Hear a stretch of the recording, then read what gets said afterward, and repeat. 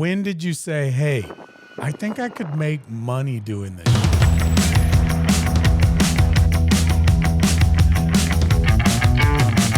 This is wild. Today we're on Business Under Fire with Aaron Cornish that owns beautiful Alamo Coffee Company, which is based in Lampasas and Round Rock. And we are, thank you for making the drive, and we're glad to have you here. Absolutely. Thanks for having me. I met Aaron about 5 years ago through my business partner, Zamora, which he calls Fez, which they know from kindergarten. We all used to beat each other up in recess or something like that. No. I beat him up, but not then. But. Yeah. So we'll go back to, it's interesting because I met Aaron and he wanted to start a coffee company, but it started as a roasting company. Right. It started as we just started roasting coffee. Then we built an online website and started selling individual bags and coffee subscriptions from there. And what year was that? 2019. I think we actually sold our first bag of coffee to the guys that built out our little warehouse February 19th, 2020. And when had we met and started discussing this? It would have been the fall. Well, maybe it was 2019. But you weren't, and you were more nervous to jump into business and start working for yourself because you've always worked doing another job. Yes, the evolution to get to the business, that's a story in itself. Like I started just doing what I normally do for retirement on my regular job. And I got on this like kick where I was going to learn how to invest. And so I started doing research on how to invest and just started talking to Zamora, or Fez, you call him Zamora at the time. And we were just comparing like, hey, what are we going to do for investments? And I started learning about that, got in that, did well in the stock market. Then the opportunity, I'm like, where am I going to take this progression next? And that went to, let's figure out another way. I was reading real estate books. And how long were you dreaming about being your own boss or doing your own thing? How long were you thinking about it before you actually said, you know what? I don't love the stock market. I don't love this. I'm going to bet on myself. It was probably 5 years. That's a long time. Probably 5 years. That's what a lot of people do, though. They just sit there and think about it, and they're like, if we try this, and they just sit. And I have the complete opposite, and it might be called dumbassery or not. I think about something, and then we just jump into it and try it, and whether it works or not is another story, but most of the time it actually shakes out. So you started thinking about this 5 years down the road, you became serious about it. And what happened when you started that ball rolling? The biggest thing was got me over that fear. You know, they show you that little diagram on the other side of this where fear is, this big mountain between where you're standing is success. We found an investment property, a house flip, basically. This is how I launched the coffee business based on this. My wife and I found a house and bid on auction and had to come up with $65,000 in cash money to get it. And I remember standing in front of the house with her, and we're looking at each other. We just paid cash for this dump of a house. Mm-hmm. And how are we going to do this? And after 6 months, we sold the house. The day we put it on the market, we sold the house in one day. Dang. And then I had the money to start the coffee business. And so you did a house flip, was kind of your first dabble in doing anything on your own, not relying on a paycheck. Correct. And immediately that provided enough money to go, all right, we could do the. Interesting. Like right away, we earned equity in that deal. Like that kind of gave me a little confirmation I was doing the right thing. Is on the when I was purchasing it said it was 4.5 acres, 1,700 square foot house. What city? Lampasas. Cool. Out in the county of Lampasas. And then as soon as we did the survey, it turned out to be 5.5. And I was like, oh, I bought this at 4.5. It turned out to be 5.5. Cool. So it was already got some equity in on the land purchase. And that was your first dabble in doing any business transaction on your own. Correct. Gave you a little taste of, hey, this could work out. Right. It's so scary though. What was that like putting in all that money into that house? Couldn't sleep. What were the conversations like with your wife, Amanda? Fear. I mean, we were just like, can we make this what would happen if it goes wrong? Are we going to be okay if it goes wrong, or financially be okay when it goes wrong? And there was a lot of fear and a lot of sleepless time and a lot of talk about it. Yeah.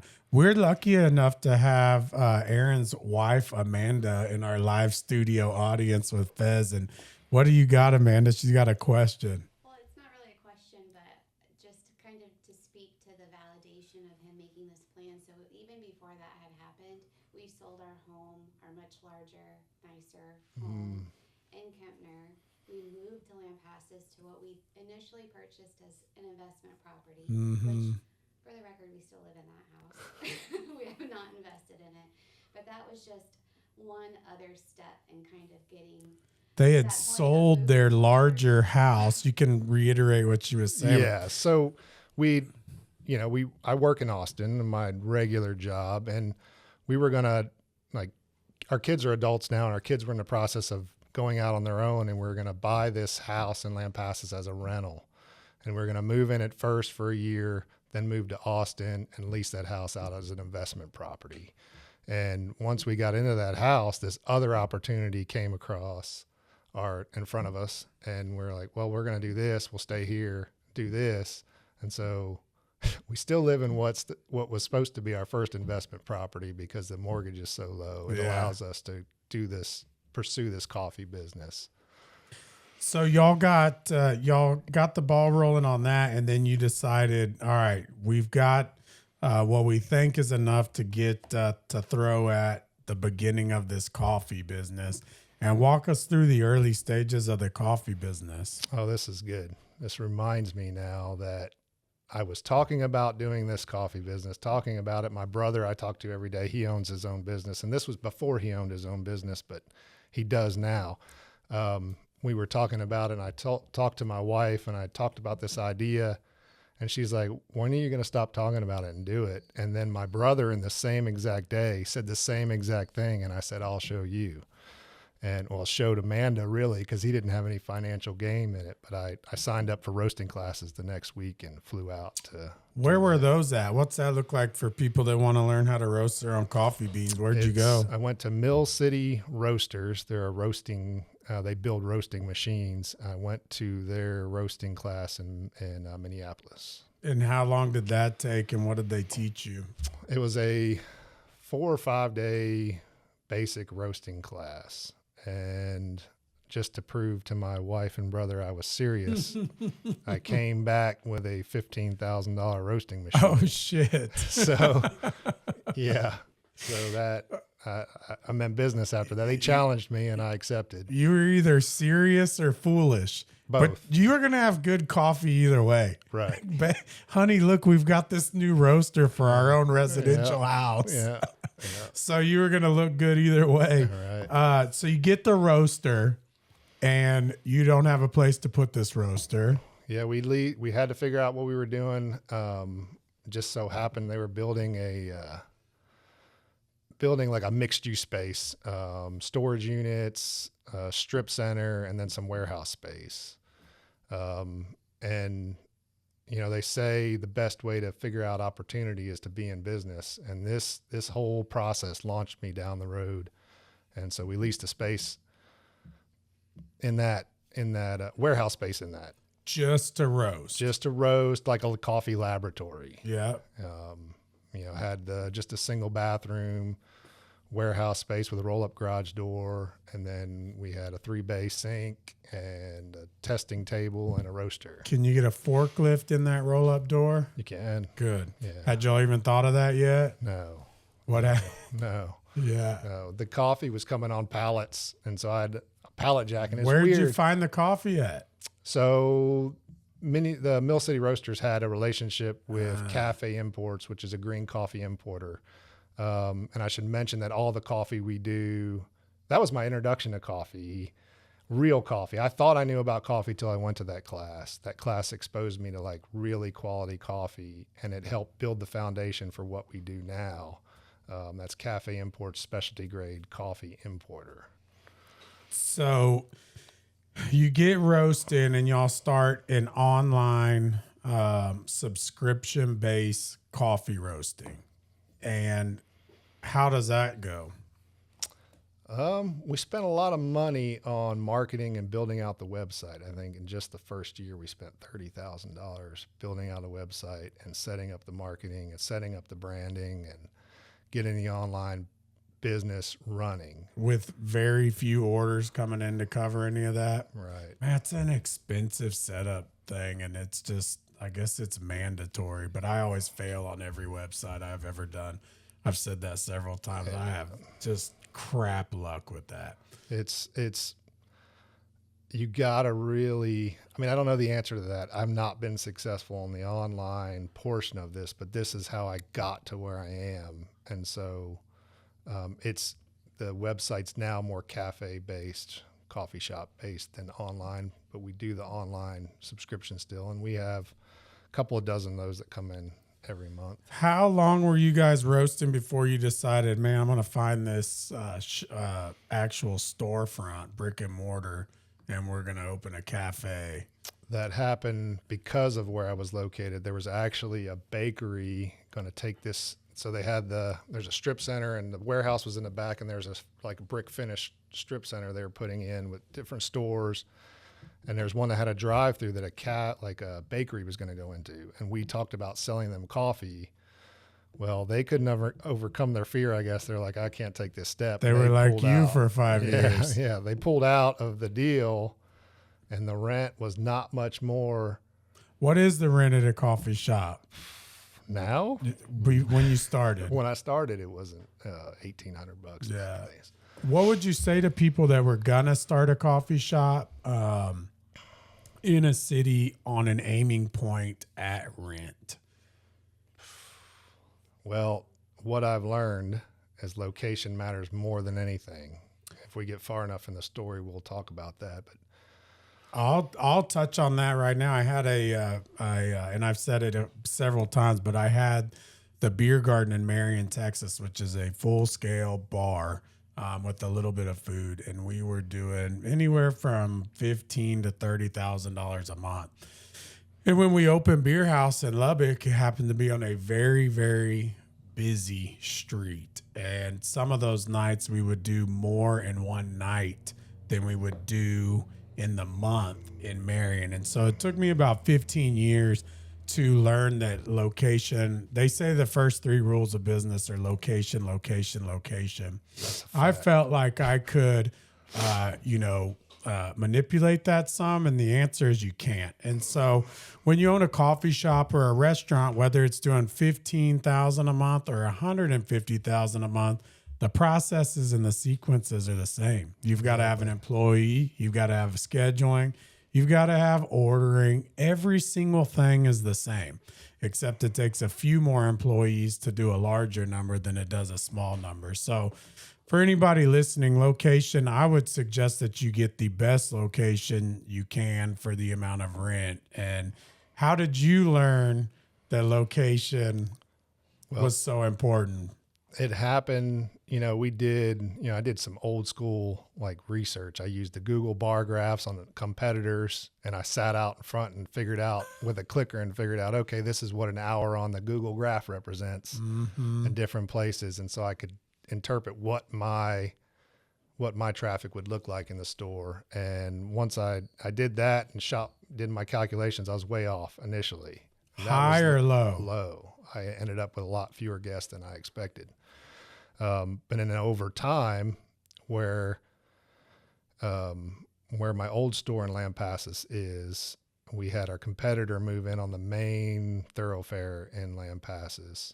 And as soon as they moved in, I lost 30% of my business. Oof. The day they opened. Oh. So that forced us to move to our new location now. So y'all closed down that location and then moved to another one? Right. And does the new location have a drive-through? Yes, sir. And what's so how long were you at this is a good point to make. How long were you at the first location, and what was it that you decided, you know what, I've gone down 30%. We're not going to keep going down this path. What is it that gave you the knowledge or know how to say, hey, we need to eject out of this place and we call that a strategic pivot, because we didn't fail, right? Start losing $6,000 a month, and I'll make you change things real fast. Yeah. But in the end, you have another coffee shop in the same city. So y'all were losing money every month, and you said, man, this is just not fun. How long did that go on for? We had, in that time, we opened Lampasas. 2 years later, we opened the Round Rock store. And then the major national competitor moved in a better location, in Lampasas about over a year ago. And we saw that. And then there was an old 1950s service station that was run down. I kept calling the guy, calling him over and over again. And then finally one day, and I just call him and say who I was, never met him before, called him blind, told him, talked to him, he wasn't interested. Called him again a month later, just talked about who I was and my family growing up there. And then all of a sudden he called me, and I was like, okay, it's going to work. And so we held on to the location despite losing money. That way we wouldn't lose all our guests. Mm-hmm. That turned out to be longer than we expected and cost more than we expected. But now, and then we opened the new store, and it's making up for it now. How long's the new store been open? Just 4 months. And so the transition from the old store to the new store, how long did that take? Well, we said it was going to take 6 months to build it out. It took a year to build it out. So I had to cover that. Permitting, cities. How big of a headache is that? Got us. The city wanted it because the city didn't like that dilapidated building on the main drag. So they were all about it. But TxDOT was not having. For curb cuts and stuff? Right. They didn't like the existing plot plan. Or what would we say, parking lot? What do you call that? The traffic flow plan in the parking lot. I can't remember what that's called. How has your experience been working with the city and TxDOT? What's that look like? I can say Lampasas was good to us. I found it interesting to bring. So the gentleman that owns the property, he still owns the property, and we went into these meetings together, and I learned a lot from how he carries himself in the meeting to talk to the city, because we're bringing sales revenue to the city by doing what we're doing. So he was able to negotiate things with, permitting with the city to make it work. And in this case, it was good because they wanted that structure fixed up. It's right where the middle of town is. And that was your first introduction to location. Yeah, that made a huge difference. Isn't that crazy? Yeah. You're doing the same shit, but you're not losing $6,000 a month. Same shit. You still open the door with the key at 6 a.m. Employees show up. You still start baking your goods. You still roast your coffee. And instead of, crying yourself to sleep, you're going, shit, this is going to be okay, I guess. Yeah. It's wild. Yeah. It's a lot of calculated risk. Well, tell me more about the Alamo Coffee Company in Lampasas and how that's going as the gas station and what y'all are doing there. How many employees? We have, between the two stores, we have 30 employees, and it fluctuates. It's roughly 15 at each store. We have the new store is a really cool design. It's an old service station, so it's got a big awning up front, which we put a big, they call the 2x2 TVs. There's 4 TVs up there. It's 12 feet wide. Outside? Outside, underneath the awning. We got hooks for the swings so you can hang. Who stole your idea from Beer House. That's okay. In Port Aransas. That's okay. And so I got that idea from you. So they just sit there and swing and sip Well, I their haven't. coffee? So I ran out of money, and I haven't put swings in yet. So those are coming. They're going to sit there and swing. Right. So That's the best place to sit. Those swings are so comfortable. And you're at a high traffic area. I like just sitting there and watching cars and watching people walk by. So good. Yeah. And so y'all have that place open. Is that in the Round Rock is going to have swings? No, Round Rock it's more, I guess, would say a traditional drive-through cafe. And y'all have food at these places? Yes. Are y'all cooking? Was that a challenge too? You had a gas station that didn't have a kitchen, so you had to build a kitchen. Yeah, who taught you how to do that? I learned everything the hard way. That's the best way. It's an expensive way. I learned if you can do convection, you don't have to get a hood, which saves you a lot of money up front. And it saves you a lot of money on inspections going forward. That's a very good point that people might want to know. And will you elaborate on that?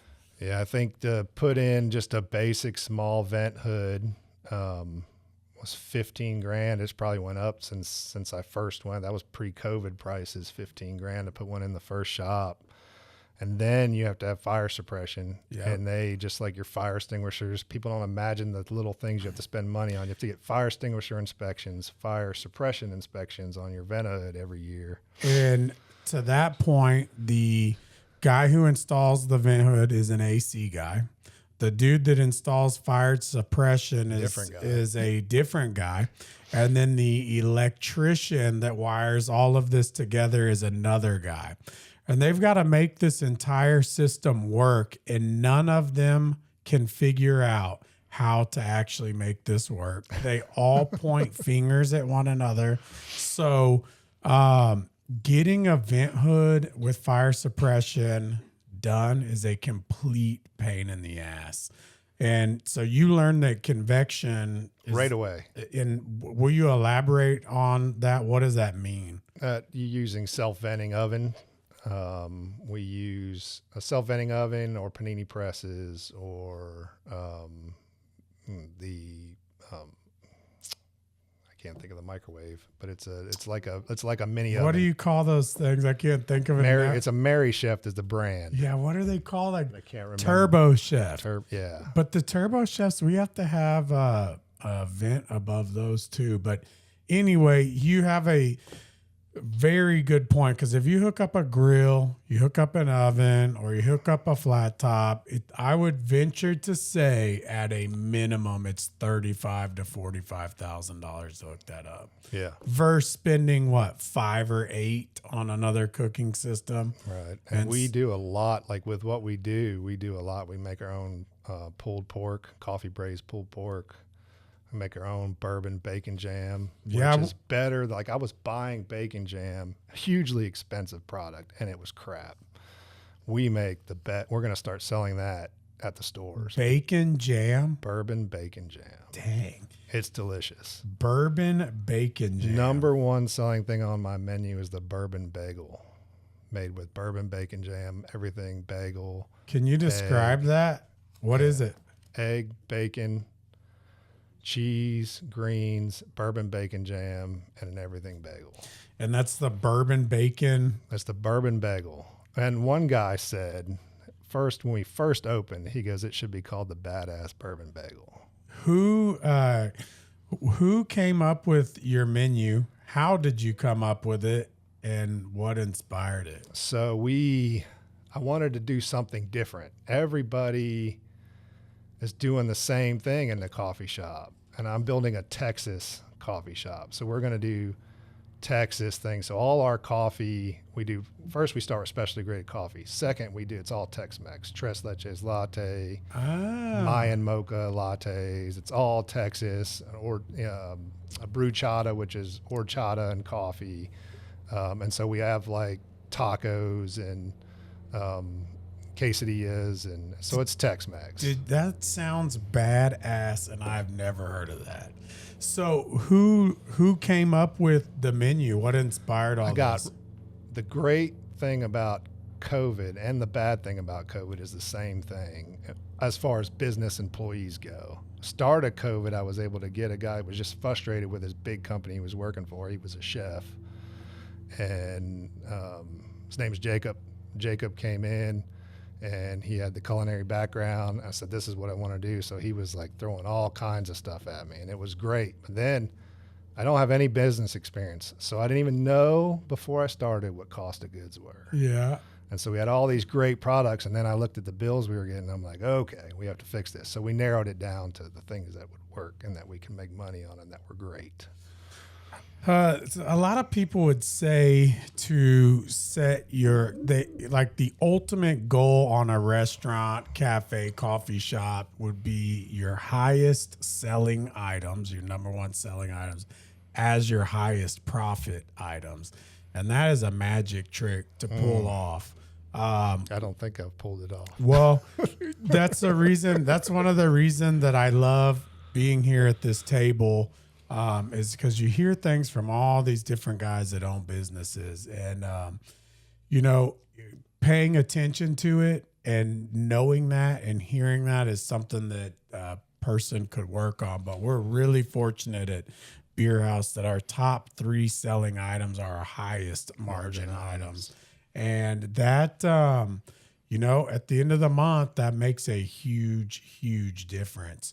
And so you have no experience on cost of goods. A chef is kind of like an architect. They try to show you the nicest and best way to do everything. His food is great. Which also usually relates to very expensive. And then you've got to get it to, how do we get it to a plate and make money on it? Well, we started, like, the interesting thing is we sat down, we built this menu, and then I'm like, hey, this has to go out the drive-through window in 3 minutes. And so then we had to like change it right away before we opened. Luckily, we're like, this has to go out the door in 3 minutes. And how does that work? What did y'all end up doing? Well, we just made, prep, right? We figured out how to prep our bacon, how to prep so we can build the sandwiches quickly. We figured it came down to prep checklists for product we needed to make to be ready. What I keep thinking about is how you have zero coffee experience because you label yourself Alamo Coffee Company, but you run a restaurant. Yeah, I was talking to somebody recently about restaurants, and they're like, you're in the restaurant business. Yeah. Right? And I guess I am in the restaurant business. And then even just saying the word prep, and do y'all have people that come in early in the morning to prep? We do. Who taught you that? Well, Jacob, he was great. He knew how to run a restaurant. And so having him on board as our general manager helped through that.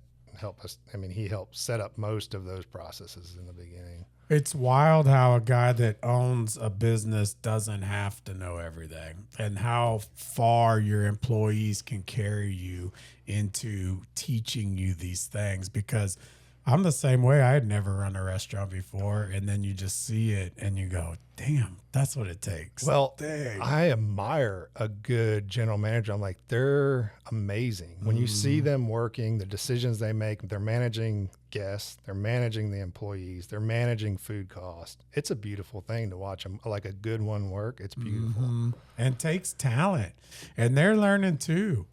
But that is a talented position that takes all kinds of skills to get done, whether it's a tiny only coffee shop or a coffee shop with a restaurant or a full restaurant. It takes a lot of work. Well, what else has been going on with your journey in this coffee company? How did you decide? It took you 5 years to decide that you're going to roast coffee beans, which probably seemed like a mountain at the time, and now you look at it as nothing. Yeah, that's just something that happens automatically now. Isn't that wild? Mm-hmm. And then, so you think you've got this guy in Lampasas going, Alamo Coffee Company, running. You kind of had a hiccup with one of them when the other place came in, which is normal, and it sucks. As an entrepreneur, you get beat up and kicked around and spit out the other end. And there's only one person that's responsible for it, and it's the dude in the mirror, which is a hard pill to swallow sometimes. But So you've got this place going in Lampasas, and how long does it take you to decide, hey, we're going to go try to knock this thing out and do another one in Round Rock? Yeah, that's a good story. That's a good, one of the guys I work with went on a hunting trip in West Texas, and he stopped back through at the Lampasas location, and he said, man, there's a place around the corner from my house that's for lease, and it looks like your brand. And so on the way to work one day in Austin, I stopped through and I see it. I was like, yeah, this does look like an Alamo Coffee. And there was a number on the door to a realtor. And called the realtor. Realtor says, yeah, it's got a tentative lease agreement with another main business, like a big business chain. And I said, the neighborhood over there doesn't want a chain restaurant to come in there. And I don't know where this came from. I don't know where my response to this guy came from. But I said, they don't want that there. They pay too much money for the houses in that neighborhood. They're going to want a quality local business that they can be proud of. And I said, I tell you what, tell the owner to call me. I tell the owner to come see me at my coffee shop in Lampasas. 3 days later, he showed up. The owner of the property? The owner of the property. Cool. And what was that conversation like? Intimidating. Like, he was quiet, almost didn't say, like, very few words. He just followed me around and let me talk. And I thought I was going to negotiate a lease. And this is where I learned a lot about business real fast. I got an education real fast. And I'm sitting in the front of the restaurant with him. He's like, how many coffee shops do you want to own? I said, well, I think there's 360 HEBs, which is a grocery store, and Texas-based grocery store. So why can't I have 400 Texas coffee shops? And then he smiled at me. He hadn't used like any expressions the whole meeting for an hour and a half or so. And when I said that, he leaned back, changed his posture in his chair, and smiled at me. And they ended up investing in that store. They built that store for me. How badass. How did that opportunity come about that he said he's going to help? They call that tenant improvement, or he invested. Well, yeah, that's how it worked. At first, I was negotiating a tenant finish out with him. And in the negotiation is when he asked me that question. And then it turned into like, he liked my processes I had in place, even though I didn't know really what I was doing at the time. I had processes in place, maybe not they're not what they are now. And he liked all that. And when I said 400, he said he was interested in investing in us as a company. And how's the one in Round Rock doing? That's good. It's good. Drive through also? Yes. Seems like it's easier to replicate the second one after the first one, because there's a lot of pitfalls that occur with the first one. Oh, yeah. All the equipment's laid out wrong in the first one. Yeah. I'm like, this is not efficient. When you just watch an economy of movement in your staff, you're like, that's terrible. What happened? That is a huge point for the restaurant and coffee business, is the equipment being laid out wrong. And we've done this a few times, and we'll lay it out how we think is best. And then you got people tripping over each other, and it's always moving. What happened? How did you get good at that? I don't know that I'm good at it yet, but I've been improved each time. I can say each time's an improvement. Logistically in Lampasas, we had that initial coffee shop. We had to extend it 10 feet to get what we need, the kitchen in it, basically, and the drive-through. And there's a concrete block wall in the middle. If I could just move that block wall, it would improve my labor costs. Yeah. Them not having to walk through this block wall. I always enjoy talking to people that are going to do a restaurant or buy a restaurant, and they're telling me how they're going to lay the kitchen out with zero idea, and they've never laid one out. And I'm really quiet when people are doing construction or telling me, like, if we went to your restaurant, you could tell me everything that you're going to do, and I will not say a word. If you ask me, I'll say something, but I hate when people say, hey, you should do this. You know what you should do? You know what you should do? I should have called you in the beginning. If you would have asked, I would have said, okay. But if you're not asking for my opinion on a construction site, there is nothing coming out of my mouth. I just sit there and go, man, this is going to suck for them.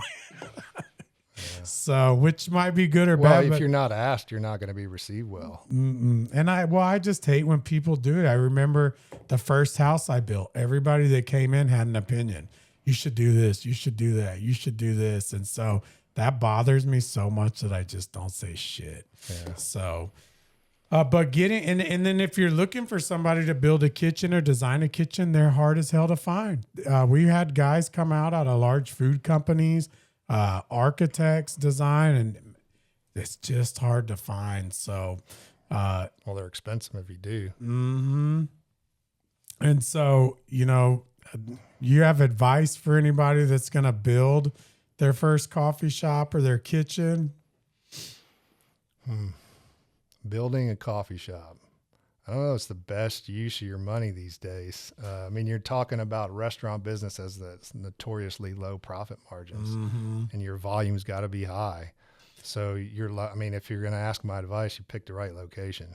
Because your volume's got to be up to make that margin worth the effort. You have to pick the right location. And I'm on coffee shop number 4 that we're going to start going. And Fez is headed up there on Tuesday.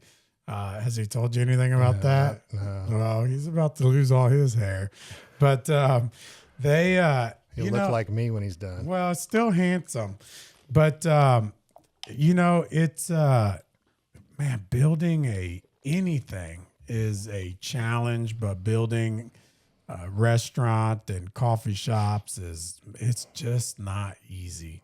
It's just roadblocks every single day. And that's why we nicknamed me and my other partner, Daniel, just the bulldozers, because as you know, working for yourself is just shit every day, and you have to punch through it. I think that I describe it as this: like you wake up in the morning, and I used to play baseball as a kid, but I'm not a big baseball guy. But the best way to articulate this is I walk up to the home plate with my bat every day, and I figure out which pitch is coming at me, because it's gonna happen, and some of them are gonna suck. And it's daily, and the days that you don't get the calls. And the days that it does go smooth are the days that you're like, all right, this is why it's worth it. And, there's no doubt about that stuff. What would you tell anybody that is thinking? It seems like the attitude is that, man, all these coffee shops just make money. It's so easy. It's just coffee. Well, they say it's like, why are you so busy? Why are you so stressed out? It's just a coffee shop. It's not just a coffee shop. It's the hardest thing. I've done a lot of hard things in my life. I was in the military, deployed. She had our son without me there because I was deployed. That was hard for that season. For sure. This is relentless. It is relentlessly hard. So what would you say to somebody that wants to open a coffee shop?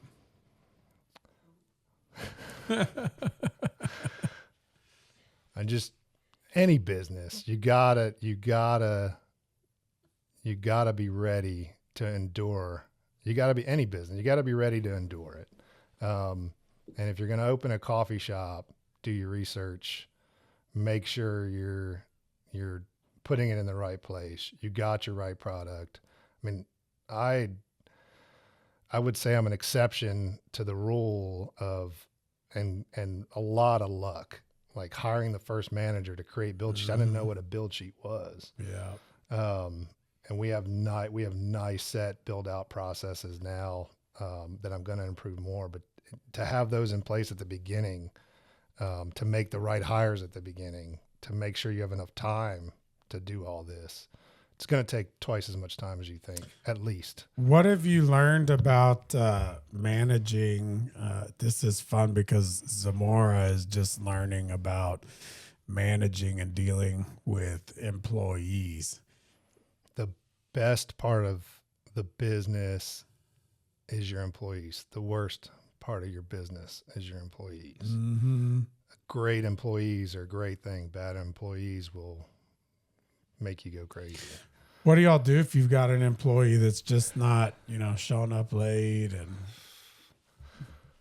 well, first time you get talked to, second time you get written up, third time probably won't be here anymore.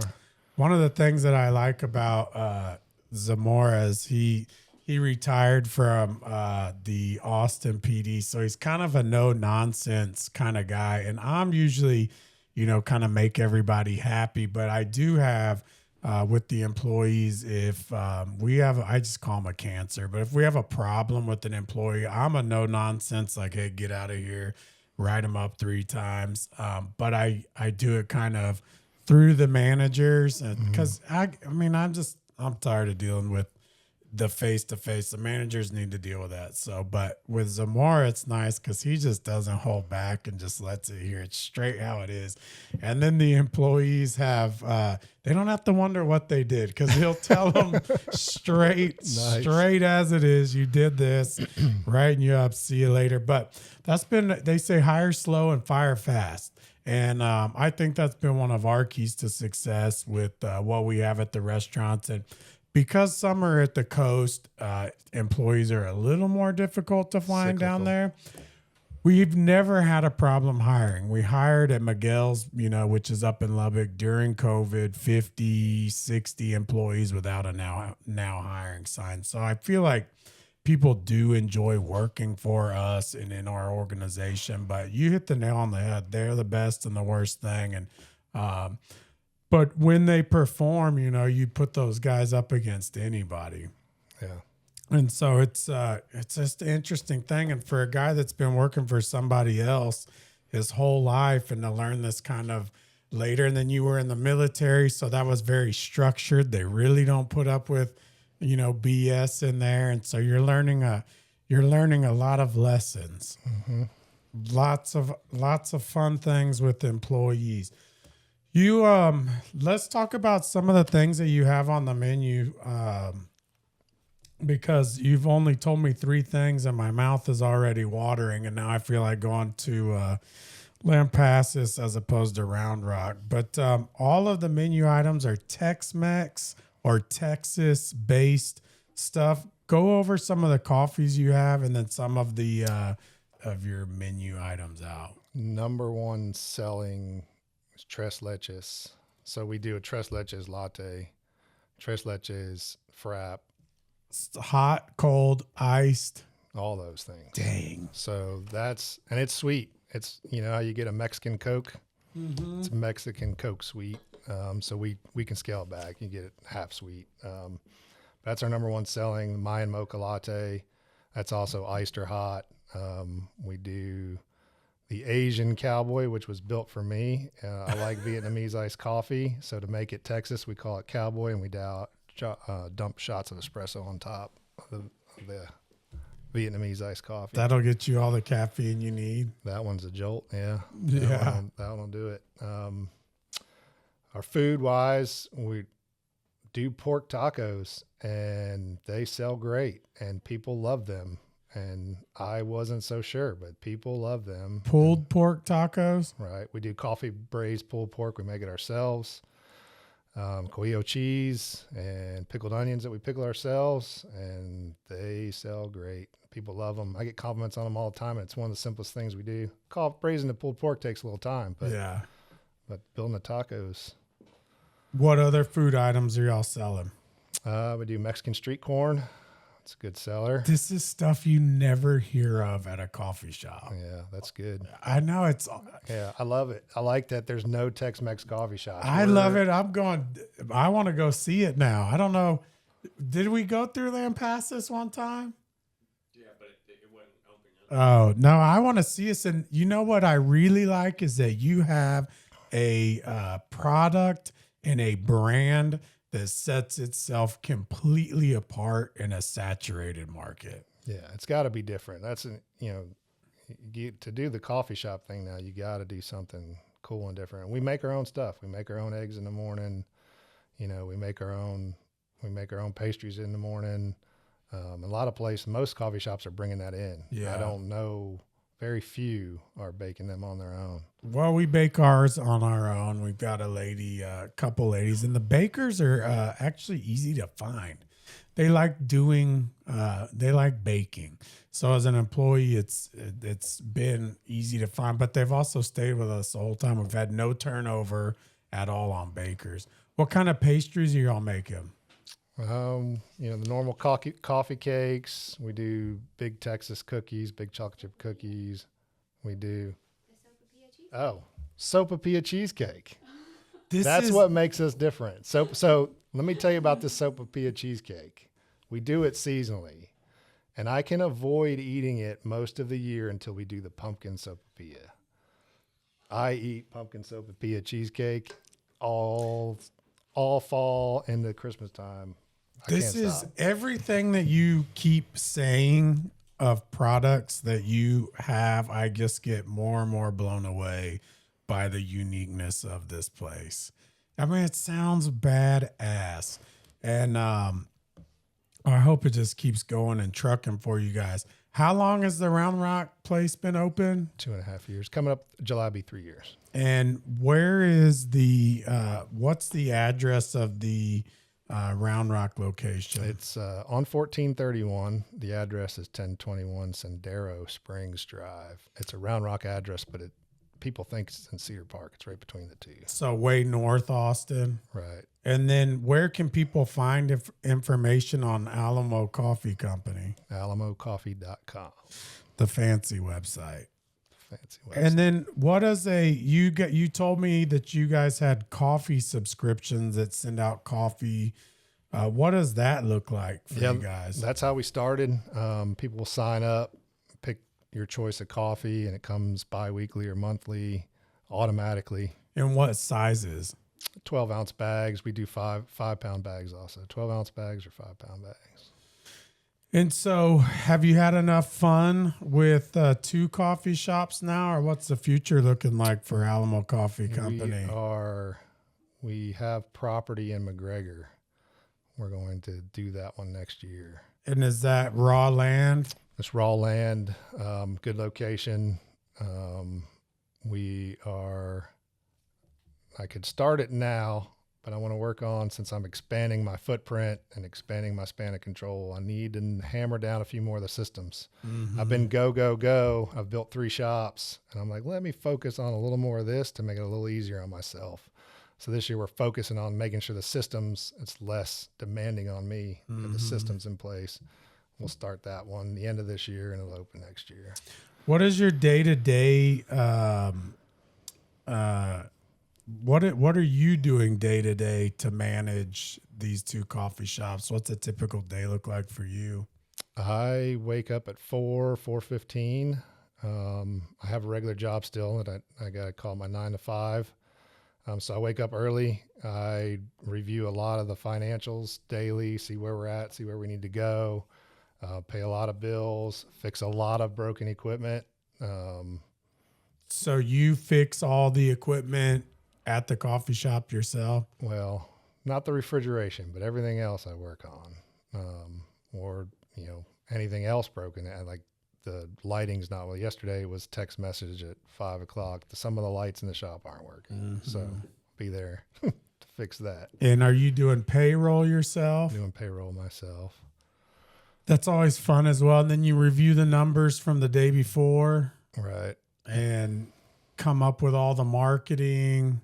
Yeah, shoot content, work on the marketing calendar, our social media. We found it really good. We paid lots of money for ads in the past, and we focused on content now. So I'm paying for a videographer and a marketing that just focuses on content. And we've been able to in the last 6 months build more followers from just generating good content than we were when we were paying for ads. Yeah. So, and those are more genuine. They're actually people that care about your product or likely to visit you than the ones you're paying for clicks to like. Yeah. No, it's a tricky balance on what works and what doesn't work. But the main thing is to keep at it and stay strong. I mean, you could have given up on the first shop and you didn't. I've had many reasons to quit. And I've quit in the morning. I wake up and I'm like, I'm done with this shit. Mm-hmm. And by the afternoon, I'm like, can we put one over on this location?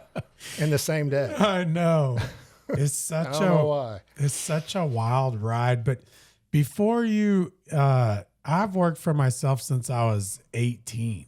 And so before you started your own coffee shop and you have been employed, would you trade it? Would you go back? Did you think it was better then, or how's it No, sit? everything we've said about challenges, and it's exhilarating. I'm not stopping. If it's not this, it's going to be something else. Yeah. It's an interesting thing. It takes a special breed to be able to do this, and a special woman to put up with it. Yeah, we wouldn't be here without her. Oh man, we have a great clip of my buddy Ryan Thompson with him doing the wildest giggle about him starting another business and talking about his wife the other day. It was just great because this guy put his life savings on the line twice for a very successful law practice that's all over the U.S. And so it's just crazy what entrepreneurs will do. Well, we had some challenges at the very beginning, and like I remember we took out a loan for the coffee shop because we'd used the money we made from flipping the house to launch the initial business. And then we got a loan to do the coffee shop. We hired a guy I was in the military with, and I hadn't talked to him in years, and it's my fault. And I made this decision to launch this business with him helping me as the general manager, and I had to fire him right away. And I came home and I'm like, I screwed up. Yeah. And she's like, it doesn't matter. We're going to do this. Yeah. So when I'm down, she picks me up. Yeah. Yeah. They help a lot. And man, it's just the ups and downs of working for yourself, whether it's coffee or restaurants or landscaping it is a roller coaster ride. And, half the year I'm going, man, this is really worth it. And the other half of the year I'm going, son of a gun, this is wild. But at the end of the day, for me, working for myself has given me everything that I could have ever dreamed of. And if anything that you're dreaming of is worth it, it's not going to come easy. No. I do appreciate you guys cruising in and doing this. It's a Saturday, and I love doing this and hearing people's stories. So This is cool. yeah. Well, I appreciate you coming in. It was fun, and I look forward to seeing what Alamo Coffee Company does. Thank you. Yeah. Some of you guys know about my favorite barbecue place, Burn Bean Barbecue, located in Seguin, Texas. There's been arguments for years about who the best barbecue is, and there's a reason they call them the Pope of Barbecue for a reason. Burn Bean sets the bar in barbecue. They're located in Seguin, Texas. Their line takes about 30 minutes to eat, which is not that long. My favorite thing, of course, is the brisket or the turkey, and then for dessert, you've got to have their peach cobbler with ice cream. Burn Bean Barbecue's in Seguin, Texas, and it's worth the drive, and it's worth the wait.